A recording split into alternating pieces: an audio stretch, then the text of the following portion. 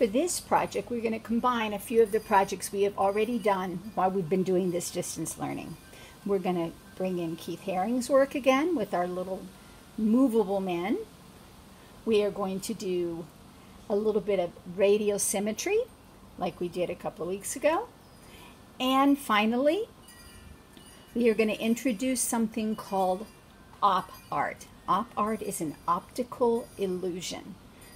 You are going to need a square piece of paper, a straight edge or a ruler, a pencil, and an eraser.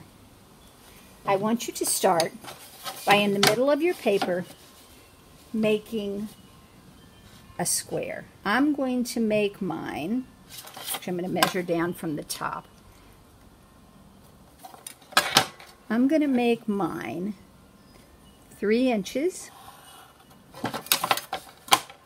because I want a square.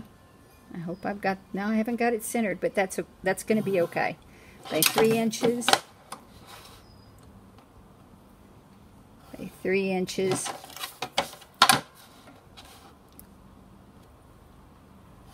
by 3 inches. In the middle of that 3-inch square, I want you to put a dot. Now, I want you to lay your straight edge down so that it's from corner to corner and going through that dot. Let's hope you got your dot in the right place.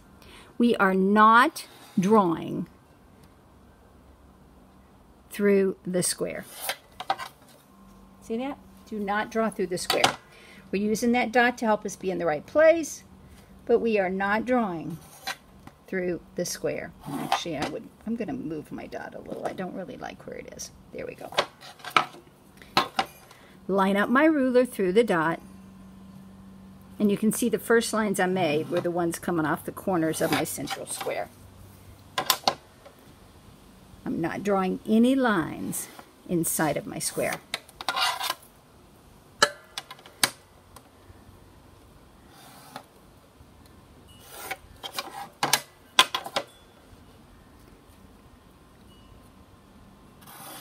Paying attention to that dot in the center so I can line my ruler up with it every time.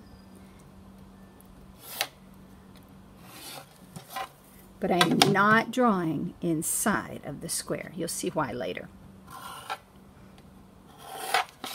Now what you might want to do first is color that square in.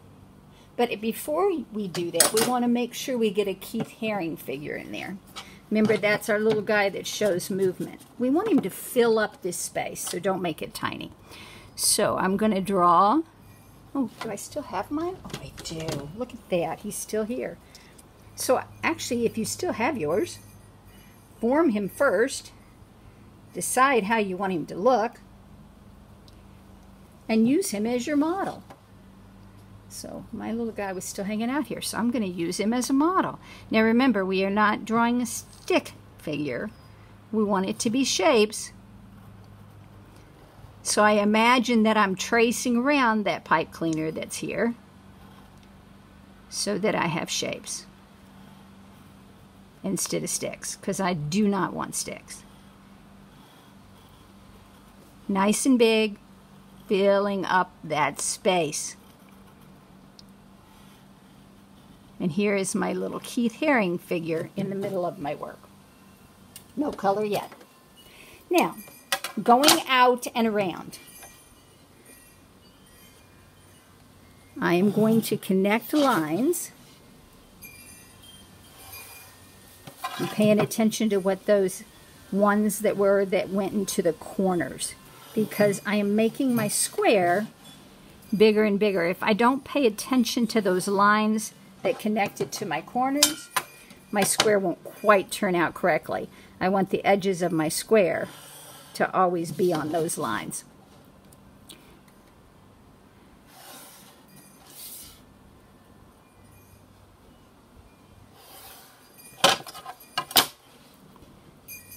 Didn't get that one quite in there right.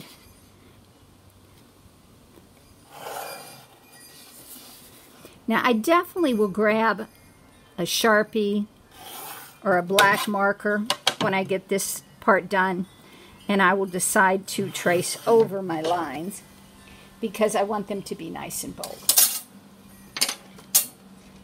So I'm just going to do a little section of that so you can see what I mean. If you need to use your ruler for this part, please do.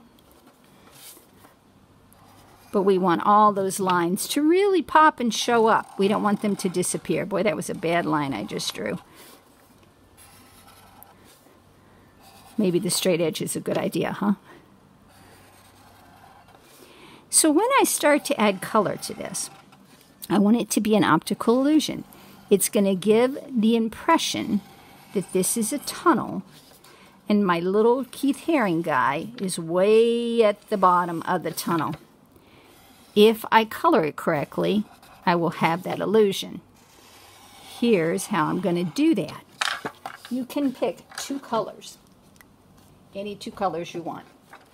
You are going to color like a checkerboard. Coloring is going to be important. Good craftsmanship is vital. If you don't use good craftsmanship, your work's not going to come out as nice. So if this square is black, that one is white, this one is white, if those are the 2 colors that I'm choosing to use. You're going to choose your 2 colors. They can be complementary colors. They could be 2 primary colors. They could be 2 secondary colors. They can be like I am using, which are 2 neutrals, because I'm going to do my checkerboard in black and white. Those are neutrals.